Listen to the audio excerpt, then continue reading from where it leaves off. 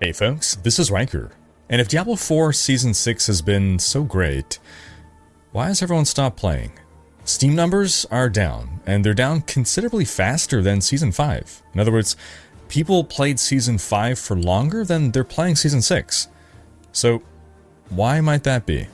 We'll explore that in this video. We'll also talk about the upcoming campfire chat, some concluding thoughts on the Halloween event, as well as touch upon some other gaming news of the week, like the leak of a Warcraft 2 remaster, some Path of Exile 2 news, and more. And as a reminder folks, if you need any tips or guides for Diablo 4, I have all my video content categorized on my website, riker.com, which brings us to a word from this video's sponsor. I built my website using Squarespace, and I was able to do everything myself quickly and easily and with zero education in the field, all thanks to how easy Squarespace is to work with. Squarespace even has a new AI tool called Design Intelligence, which combines 2 decades of industry-leading web design expertise with the latest AI tech to empower you to build a beautiful-looking, personalized website made exactly for your needs and your unique identity. Squarespace even has optimized SEO tools so that you can launch your website and start getting views as quickly as possible. Squarespace is flexible for any kind of website. With tons of design options to pick from, you can easily connect all your social accounts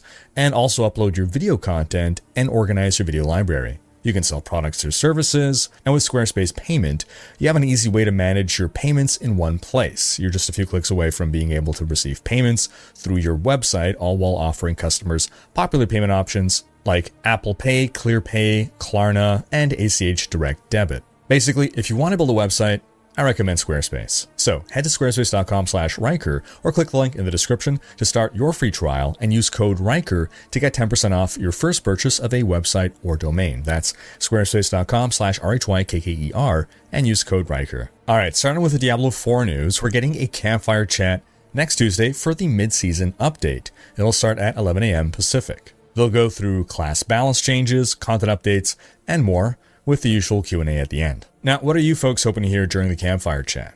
Because as for me, I'm hoping to see some love given to the classes that are not named Spiritborn. You know, give a little shake up to the meta. Now, the Halloween event came and went. We spoke at length about it in last week's video, and I polled you folks earlier this week asking what you thought of the event. 46% of you said it's better than nothing. 36% said you'd rather get nothing. 15% said you didn't like the event, and 4% said you liked the event. Not exactly great numbers all around.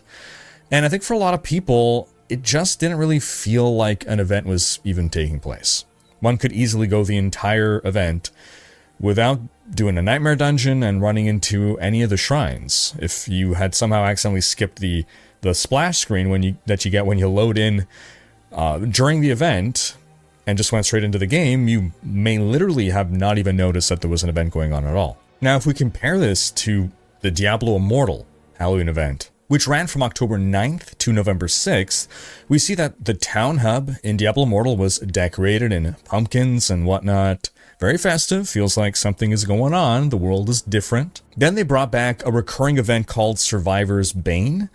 It's something they've brought in a couple of times. It's this mini-game with roguelike gameplay, similar to Vampire Survivors, where you have to defend against endlessly spawning enemies while collecting experience orbs to earn new skills. And while they didn't make this event for Halloween, they did give it a Halloween twist with themed monsters. And they also brought back an event called Howler Hunt, which is basically Immortal's spin on Among Us. Both of these are full-on mini games built into Diablo Immortal, and playing either of these mini games earns you a currency that you can use to then buy some headless cosmetics. Then outside of those, there's also other cosmetics that you can get via a limited time Phantom Market, which is basically cosmetics via loot boxes, but everyone does get one free loot box with a random cosmetic in it. After that, yeah, you gotta spend money. Then there's also some special event cosmetics that you can unlock that you can only use during the Halloween event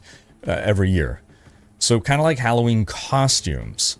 Now, I don't know that I love the idea of cosmetics you get that you can only wear during a month, but some of these basically make you look like monsters, like enemies, so I guess I get it. And whether you like it or not, again, I'm not sure how I land on these, I could only wear these cosmetics 1 month out of the year. The fact that they have it and you run around and now you're seeing people in these, what are Halloween costumes just during the Halloween event, it does overall enhance the feeling that, hey, we have an event going on right now. It's a special time of the year. And I know what everyone says about Diablo Immortal, mobile game, monetization and all that, but monetization aside, that team cooks. The Vampire Survivor and Among Us game modes, hell, it'd be cool to see something like that, some kind of crazy ideas like that in D4. Now, onto those Steam numbers. Again, I believe, and a lot of people agree, this is the most fun that Diablo 4 has ever been. But it's looking like Season 6 actually has worse retention than Season 5. And we're talking both on a relative and an absolute scale. If you look at the Steam charts, and yes, we have to acknowledge that the Steam population represents a small fraction of the overall Diablo 4 player base, so it could be, theoretically, that the Steam player numbers and their concurrent ebbs and flows do not represent the player base at large, but these are the only numbers we can work with. And again, if we're looking at the Steam charts, we see that 4 weeks into Season 6, we're down to only 32% of the peak concurrent players that we saw at launch. Now, compare that to Season 5, where 4 weeks in, we still had 76% of people playing, which that 76 is actually an incredibly impressive number. If you look at the competition, maybe we're looking at like 50% retention about a month in. 76 is staggeringly good. And, 30 some odd, it's not great, but it's not abysmal, especially when you consider the fact that it's pretty normal to see a bigger drop-off of players when you release either a new game or an expansion. A lot of people are just coming here to play the story, and then they're going to leave. And they're going to be content with that. Just a lot of people are story players. They're not here to keep playing and grinding all the way to, Paragon 300. And we saw the peak player numbers on Steam for Season 6 hit 56,000 compared to only 34,000 for Season 5. That's an increase of about 56%. However, 4 weeks into Season 5, we were down to 26,000 peak concurrent players on Steam. 4 weeks into Season 6, we're down to 18,000. So, however you look at it, people are definitely dropping off faster this season. And again, the question is, why? The progression overhaul is an improvement to the game. The new systems are great. The Spiritborn is super fun. So why are people leaving sooner? Well, I have a few guesses. First off, I think a lot of people have been enjoying the state of the game so much that they're playing more than they ever have before, and therefore they're burning out sooner. So let's say, for argument's sake, that a season has about 200 hours of fun, just a random number. You can spread those 200 hours over the course of 3 months, or you can burn through them in 4 weeks. I know I've been putting in more hours than ever, and I'm kind of feeling burnt out now. Now, a second big factor, though, I think is just the incredible state of unbalance that these Spiritborn bugs are causing. Normally, I play multiple classes per season. When I get bored on one character, I start up another character, and that's how I keep things fresh. And this gives me, every character gives me at least another week of fun.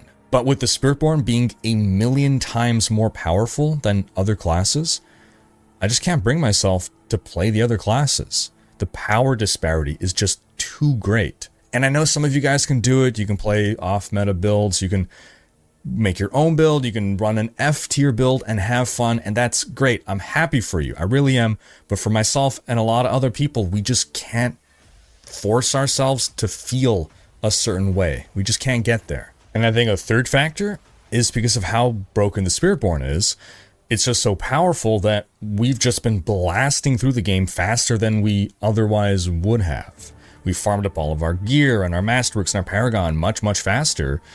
We've conquered all challenges faster. We've deleted any difficulty from the game much faster. And you just reach a point where you feel, well, what's left to do? You become satisfied with your current state of power. Sure, you can go on, farm more Paragon, but you don't have to, or you don't want to put in the time to.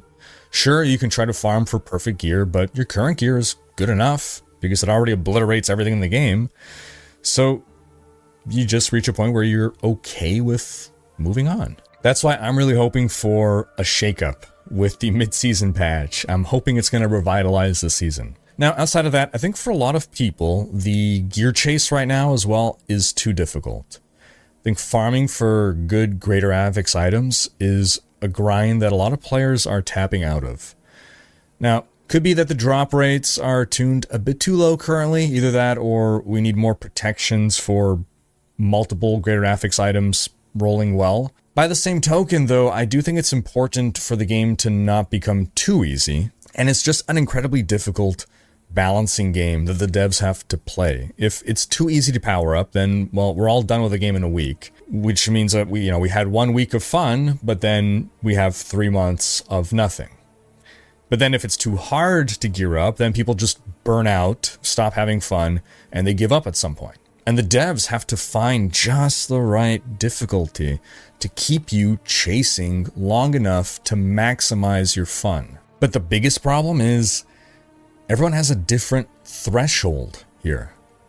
And so the devs have to figure out how to set the rates that maximize the fun for the greatest amount of people. And that means that things will be too hard for some players all the way on one end of the spectrum, and they're going to give up. And that means it'll also be too easy for players on the other end of the spectrum who are going to farm up everything really quickly and then move on to other games. But finding the precise balance point for your player base, that's really hard. And I think they're still going to be trying to dial it in for a while. So that's obviously some of the most important stuff that the devs have to consider and think about and work on right now. But super easy, fast, small thing. Little quality of life suggestion. When we're re-rolling an affix, can we have the default selection be no change?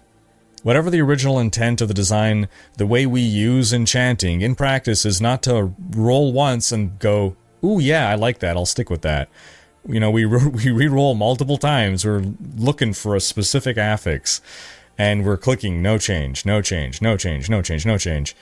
Which on a mouse isn't the end of the world, but on controller it's even worse, so it would just be a nice little UX change to default the selection to no change. In other news, it looks like Blizzard has a remaster of Warcraft 2 in store to reveal for the Warcraft 30th anniversary event. Spotted on Blizzard's content delivery network is a mention of Warcraft 2 remastered internal alpha.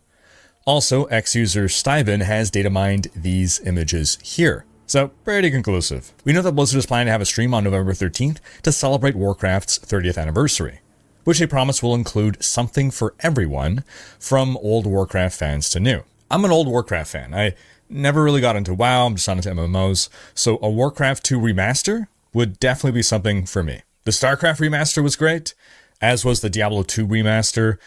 Yes, Warcraft 3 Reforged was a fail, but I imagine they've learned from that and will likely lean on the StarCraft remaster treatment for Warcraft 2.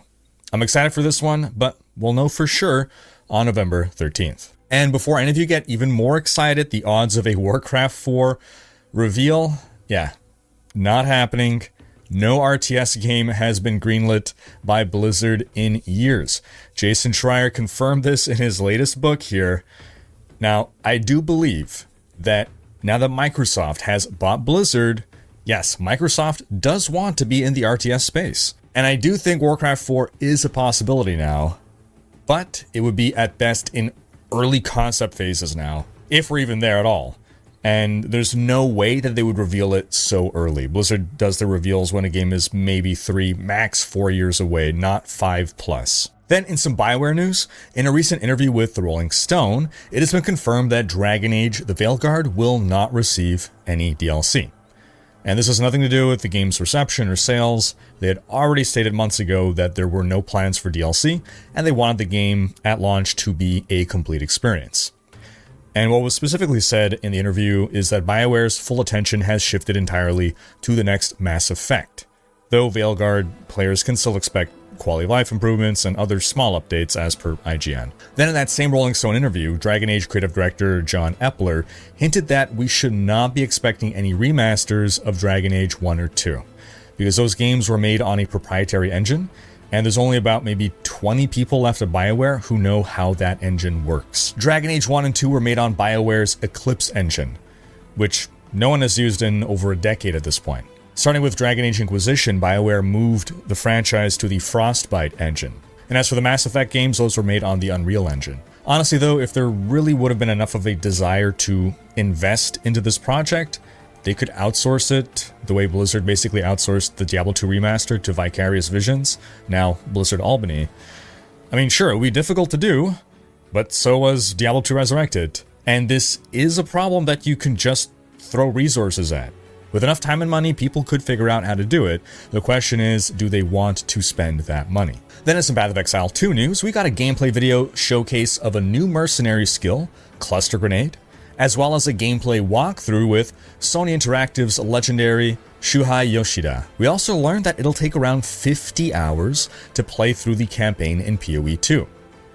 Now, this likely means for a first-time playthrough for an average player, not a speedrun by an ARPG veteran. Apparently, game director Mark Roberts can get through the 3 acts coming to early access in about 5 hours. Then, in an update on the Nintendo and Pokemon vs. Palworld lawsuit, we now have confirmation from Palworld developer Pocket Pair on what exactly they're being sued over. There are 3 patents that they are allegedly infringing upon. The first refers to a game system in which you throw a device to capture an NPC. The second refers to a means by which you can aim the device to capture an NPC, and the third refers to a game system in which you can ride NPCs in certain regions. Now, we'd already speculated about the ball catching mechanic being the culprit here, but riding mounts? That's a little unexpected. Altogether, I don't see how Nintendo and Pokemon even have the right to patent these mechanics, especially when you consider that these patents were filed after Palworld released. Now, Nintendo and Pokemon are seeking an injunction against Pocket Pair, and they want them to pay the equivalent of at least $65,000 in damages. Pocket Pair intends to fight this, which is good for the industry as a whole. I get that Pokemon is butthurt over the success of a game that clearly uses Pokemon themes and Pokemon-inspired designs. Honestly, it is a little suspect that they're able to get away with that, but Nintendo and Pokemon are fighting dirty to take Palworld down. Patenting game mechanics hurts the industry. And on that note, we're going to wrap up this week's video, but do be sure to check out last week's video in which we discussed why having no holiday events in Diablo may be better than having them. Thanks for watching. Special thanks to my Patreon supporters for making these videos possible. If you enjoyed this video, give it a thumbs up, and subscribe to join Riker's Raiders for more gaming content.